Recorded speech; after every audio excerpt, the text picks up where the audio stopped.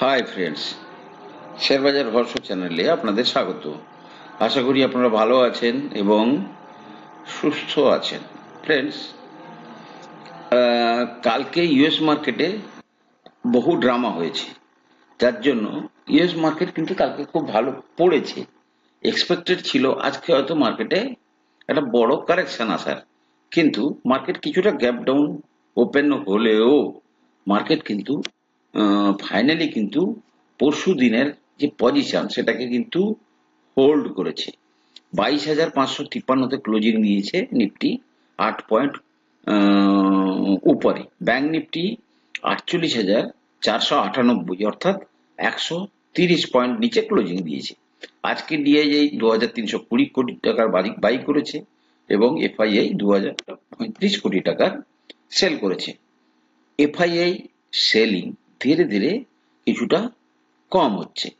Friends, প্রবলেমটা হচ্ছে কি যে, আচ্ছা ফার্স্টে আমরা একটু আমাদের মার্কেট নিয়ে একটু আমাদের যে ক্যান্ডেল, ফ্রেন্ডস দেখুন, ফার্স্ট উইকলি ক্যান্ডেল কিন্তু ক্লোজিং দিল। আমি মান্থলি রেখেছি, আমি উইকলিতে যাব।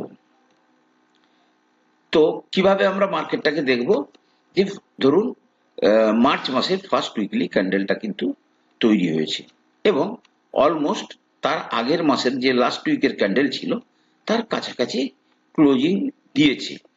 যেহেতু মার্চ মাস এবং এপ্রিলে রেজাল্ট আসতে পারে, তাই এই মাসটা আমরা যেটা অ্যান্টিসিপেট করছি যে মার্কেট কিছুটা উপরের দিকে থাকার সম্ভাবনা অত্যন্ত প্রবল। তার মানে এই নয় যে মার্কেট আর নিচে আসবে না, হতে পারে পরের সপ্তাহে মার্কেট বেশ কিছুটা নিচে এসে তারপরে একটা পজ ক্যান্ডেল দিল, তারপরের সপ্তাহে গিয়ে একটা বড় পজিটিভ ক্যান্ডেল দিল, আবার পরের সপ্তাহেই একটা বড় পজিটিভ ক্যান্ডেল দিল। These are all the probability. এবং মান্থলি ভিত্তিতে যতক্ষণ পর্যন্ত না পুরো মান্থের ক্যান্ডেলটা, ধরুন গত মাসের ক্যান্ডেল ছিল প্রায় 23,678-এর কাছাকাছি, ঠিক আছে, 678 হাই বা 800-র কাছাকাছি। তো সেই জায়গা থেকে আমরা এখনো প্রায় 1300 পয়েন্ট নিচে আছি। এখন ইন্টারেস্টিং ব্যাপার হচ্ছে যে মার্কেট কি ধরনের এটা প্লে করে। এবারে প্রবলেম কি হচ্ছে ফ্রেন্ডস, কালকে ডাউ জোন্সে ফল হয়েছে, নাসডাকে প্রায়, ডাউ জোন্সে 1%, নাসডাকে প্রায় 3%-এর কাছাকাছি ফল। এবং নাসডাকের যে ফলটা, এটা কিন্তু চার্ট দেখলেই বোঝা যাচ্ছে যে পিক থেকে কারেকশন আসতে পারে। কোন বাহানাতে এসছে না আসছে, দ্যাট ইজ ইমিডিয়েট। বাহানাটা কি? বাহানাটা হচ্ছে যে ট্রাম্প যেভাবে একের পর এক মানে একদম পুরো আনলিমিটেড তারিফ ফাইভকে কেন্দ্র করে যে সমস্ত ইস্যু খাড়া করছে, যেমন ধরুন মেক্সিকো, কানাডা, এই দুটো দেশ হচ্ছে তাদের একদম পড়োশি দেশ। এবারে এই সমস্ত সিদ্ধান্তের ফলে ট্রাম্পের আমেরিকারই বহু অসুবিধা হবে, এবং যেগুলো থ্রু মিডিয়া কানাডার প্রেসিডেন্ট, মেক্সিকান প্রেসিডেন্ট, তারা কিন্তু হুল্লম খুল্লা কিন্তু বলছে। এবং যেহেতু বলছে, তখন ইউএস মার্কেট কিন্তু অ্যাকর্ডিংলি কিন্তু রিয়াক্ট করছে, তারা কিন্তু ফল করে যাচ্ছে।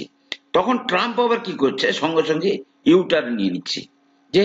যেমন ধরুন এই মেক্সিকো এবং কানাডা, এদের উপর যে ট্যারিফ লাগানো ছিল 2 তারিখ থেকে, মার্চ থেকে, সেটা কিন্তু আবার এক্সটেন্ডেড করে দিয়েছে, এখন পজ 2 তারিখ থেকে হবে। দ্বিতীয়ত, এই ভয়ের পরিস্থিতিতে ডলার ইন্ডেক্স হু হু করে পড়ছে, অর্থাৎ যেটা গত 2-3 দিন আগে 6-7-এর কাছে ছিল, আজকে সেটা কিন্তু 103-এর ঘরের কাছে এসছে, যেটা কিন্তু আমাদের জন্য অত্যন্ত সুখকর। তো ফ্রেন্ডস, মোটামুটি এক্সপেক্ট করা যেতে পারে যে টাইম বিং মার্কেট এই যে 22,000-এর যে ব্রেকটা করেছিল, অর্থাৎ 21,900 সামথিং এর কাছে যেটা গিয়ে উপরে উঠেছে, সেটাকে টাইম বিং আমাদের লো ভেবে নিয়ে আমাদের এগোনো উচিত। US President Trump's tariff have caused confusion and market instability due to sudden reversal। এই ট্রাম্পের জন্য আমেরিকান মার্কেটই প্যানিক তৈরি হয়ে গেছে, exemptions and unclear rollouts, key advisor are not in place, leading to hastily যে পলিসিগুলো নেওয়া হচ্ছে সেই পলিসিগুলোর পক্ষে বিপক্ষে ক্লারিফিকেশন এগুলোর ব্যাপারে কোনো কিছু না থাকার জন্য মার্কেট কিন্তু খুব প্যানিক। অতএব অ্যাজ এ রেজাল্ট তারা কিন্তু এই ধরনের পজ নিয়ে এসছে। এবারে দেখুন আবার নতুন একটা ইস্যু নিয়ে এসছে Donald Trump. US president Donald Trump complained Thursday that his country's decade-old security treaty with Japan is non-reciprocal. Japan second world ওয়ারের পরে জাপানে যখন নিউক্লিয়ার বোম করা হয়েছিল, চার্জ করা হয়েছিল, তারপর থেকে জাপান এবং ইউএস এর মধ্যে একটা ট্রিটি হয়েছিল, তাতে ইউএস উইল প্রোটেক্ট জাপান। এবার এই যে দীর্ঘদিনের ট্রিটি, এখন ট্রাম্প বলছে যে এতে আমাদের লাভ কি? While speaking to reporters in the Oval Office, Trump suddenly touched on Japan. I love Japan. We have a great relationship with Japan, but we have an interesting deal with Japan that we have to protect them. আমাদেরকে ওদেরকে protect করতে হবে, but they don't have to protect us. তারা আমাদেরকে protect করবে না। এটা কি টাইপের ডিল? অর্থাৎ সারা বিশ্বে প্রত্যেকটা দেশের কাছে কিন্তু আমেরিকা এখন অবিশ্বাস্য একটা জায়গায় চলে যাচ্ছে, বিশেষ করে তার যে সমস্ত পড়শিরা, কানাডা, মেক্সিকো, ইউরোপিয়ান ইউনিয়ন। তো এটা কিন্তু একটা বড় চিন্তার ব্যাপার, ঠিক আছে? চিন্তার ব্যাপার মানে কি, গ্লোবাল ইকোনমিতেই চিন্তার ব্যাপার। আচ্ছা, কালকে কিন্তু all of a sudden European central bank interest rate কমিয়েছে, আবার 0.25% কমিয়ে তাদের ইন্টারেস্ট রেট বর্তমানে দাঁড়িয়েছে প্রায় 2% কাছাকাছি।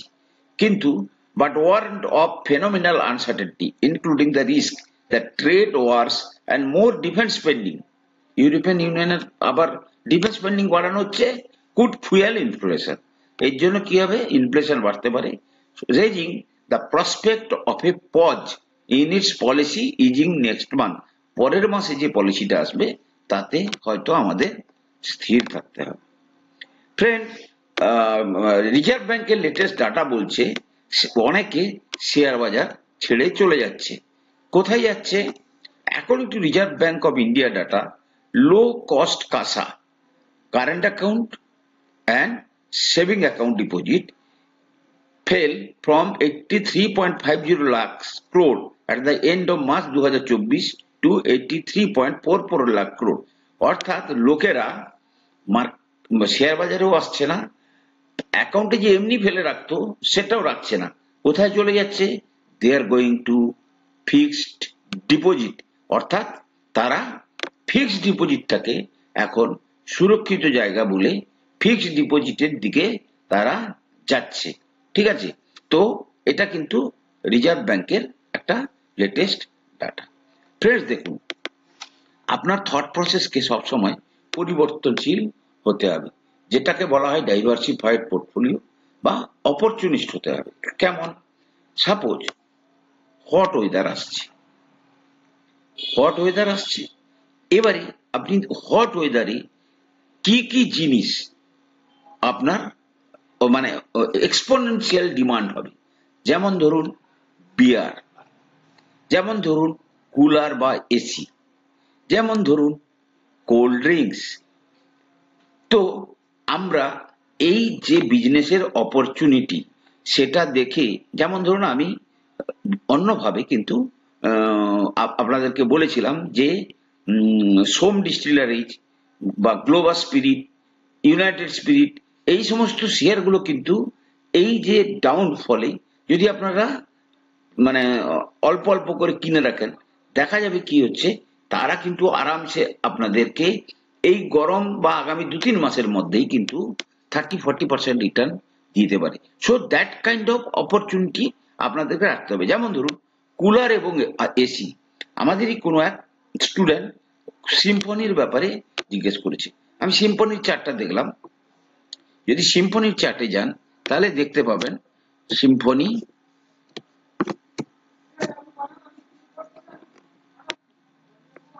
সিম্ফনি দারুণ একটা কারেকশন দিয়েছে এবং অত্যন্ত উপযুক্ত সময় এই শেয়ারে কিন্তু একটা বাইং আসার জন্য।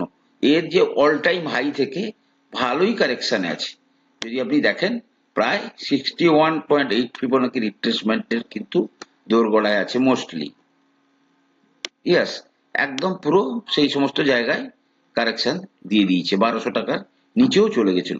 সুতরাং এই সমস্ত শেয়ারে কিন্তু আপনি সুইং ট্রেডিং টাইপের করতে চাইলেও আপনি করতে পারেন। কারণ কি, এই সমস্ত শেয়ার ধরুন আজকে যে প্রাইসে পাচ্ছেন সেটা হচ্ছে 2015 প্রাইসে পাচ্ছেন, 2015তেও এই প্রাইসে ছিল।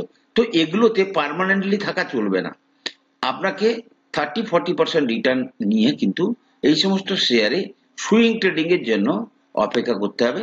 কারণ এগুলো হচ্ছে সাইক্লিক্যাল স্টক। হ্যাঁ, যদি এরা আবার কোনো নতুন বিজনেসের দিকে যায় তখন সেটা আলাদা কথা। এই প্রসঙ্গে আর একটা যেটা বলছিলাম আমি, ধরুন কোল্ড ড্রিঙ্কস, কোল্ড ড্রিঙ্কসে যদি আপনি দেখেন ভিবিএল, ভিবিএল কে বরুণ বেভারেজ, তারা কি করে না, যত কোল্ড ড্রিঙ্কস আছে সবার বটলিং করে।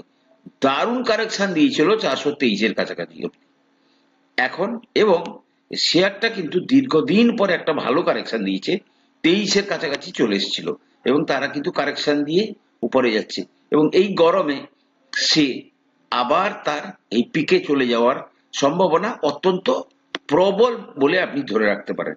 যদি এখনো একটু নিচের দিকে আসে তাহলে এই শেয়ারটাকে কিন্তু ক্লোজ ওয়াজে রাখবেন, কারণ এটাই কিন্তু তার এক্সপোনেন্ট। আপনি যদি তার রেজাল্ট দেখেন, আপনি যদি তার রেজাল্টের প্যাটার্নটা দেখেন তাহলে দেখবেন বরুণ বেভারেজ এবং অত্যন্ত লজিক্যাল ভ্যালুয়েশনে চলে এসছে 63.6। কোয়ার্টারলি রেজাল্টে যদি যান, দেখুন সবচেয়ে ভালো কখন আসে রেজাল্ট, জুন কোয়ার্টারে। জুন কোয়ার্টারে তারা প্রত্যেকটা জুন কোয়ার্টারে বেটার রেজাল্ট আসছে।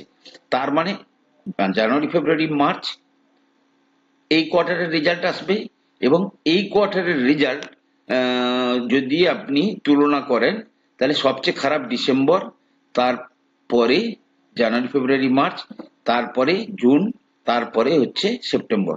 সুতরাং এই কোয়ার্টারের রেজাল্ট যেটা আসবে সেটাও কিন্তু মানে গত কোয়ার্টারের তুলনায় অনেক ভালো রেজাল্ট আসবে, ঠিক আছে?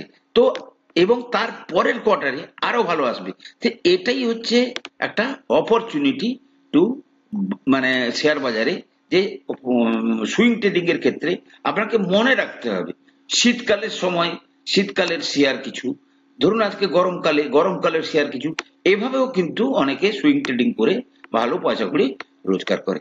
ফ্রেন্ডস, HUL হিন্দুস্তান ইউনিলিভার শেয়ারটা কিন্তু আপনাদেরকে কিন্তু লাস্ট সুযোগ দিচ্ছে টু অ্যাকুমুলেট, কারণ এই সমস্ত শেয়ার এইরকম ভাবে বেশি টাইম দেয় না। মার্কেট যদি বাস্তবে ঠিক হতে থাকে তাহলে কিন্তু দেখা যাবে আপনি এই যে লেভেলটা, আজকে যে লেভেল পাওয়া যাচ্ছে, দিস ইজ 2020 লেভেলে পাওয়া যাচ্ছে, আপনি 1 বছর যদি আরামসে ওয়েট করতে পারেন, ইট ক্যান গিভ 50% রিটার্ন। আরামসে 50% রিটার্ন দেওয়ার মতো ক্ষমতা রাখে। হিস্ট্রি তাই বলছে, হিস্ট্রি তাই বলছে, লো থেকে প্রায় 50% পর্যন্ত এ রিটার্ন দেয়। সুতরাং দিস ইজ দ্য অপরচুনিটি, যাদের পয়সা কড়ির পরিমাণ বেশি তারা চাইলে কিন্তু এই সমস্ত শেয়ারে তুলনামূলকভাবে বেশি ওয়েটেজ দিয়ে শেয়ারকে কিন্তু হোল্ড করতে পারেন। ফ্রেন্ডস, আমি কোনো সেবি রেজিস্টার্ড অ্যানালিস্ট নই। কোনো শেয়ারে কেনা বা বিক্রির আগে আপনারা কিন্তু আপনাদের প্রফেশনাল অ্যাডভাইসারের পরামর্শ নিয়ে কিন্তু শেয়ার বাজারে কেনা বা বিক্রির সিদ্ধান্ত নেবেন। ভালো থাকুন, সুস্থ থাকুন, কথা হবে পরের এপিসোডে।